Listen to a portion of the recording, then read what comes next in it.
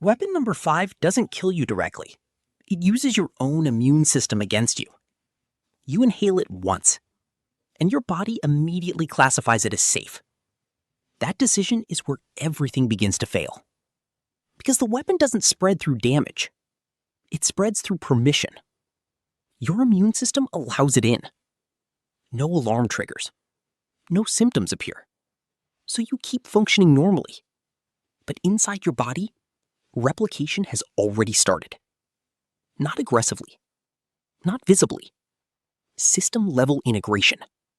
By the time your first symptom appears, you are no longer reacting to it. You are sustaining it. Weapon number 4 doesn't attack organs.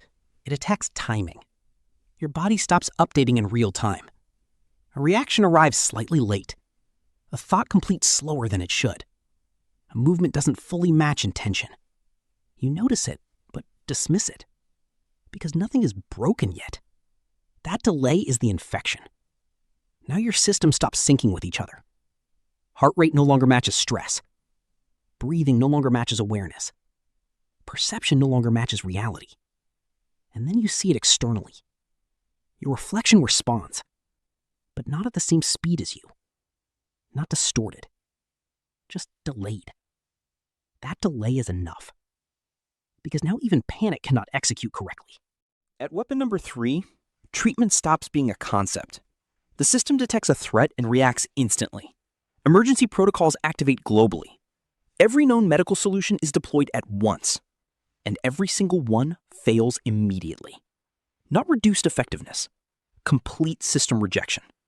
Hospitals shift roles instantly, from treatment to containment. Not because they can save you, but because they can't classify what you are experiencing.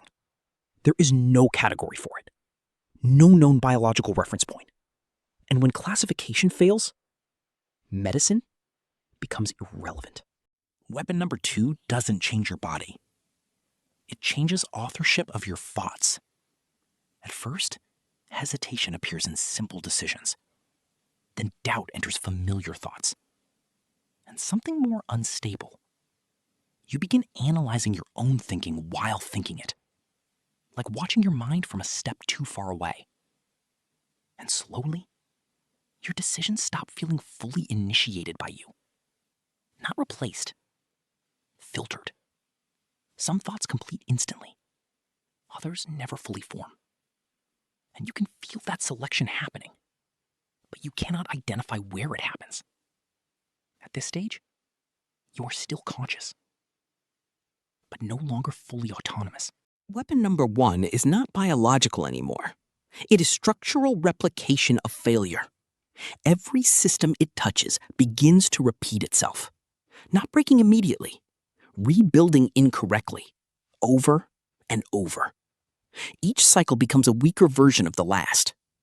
Reality starts looping through the same collapse pattern. Different shapes, same outcome. No endpoint exists. Because nothing is progressing anymore. Only recursion.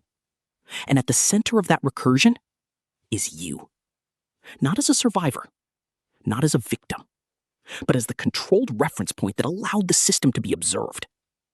And the final realization is not dramatic. It is structural. You were never inside the test. You were the environment it used to test everything else. The simulation ends here. Not because it failed, but because it finished collecting what it needed from you.